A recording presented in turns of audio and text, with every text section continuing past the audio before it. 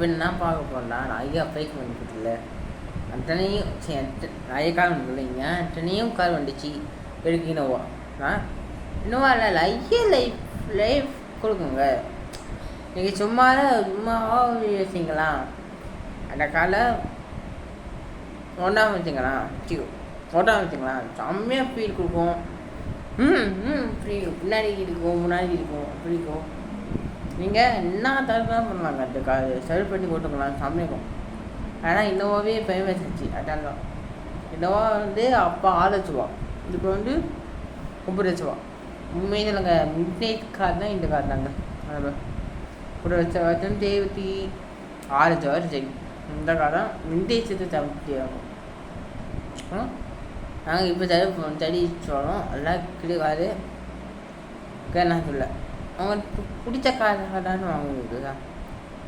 நான் வண்டி சூஸ் பண்ண மாட்டேன்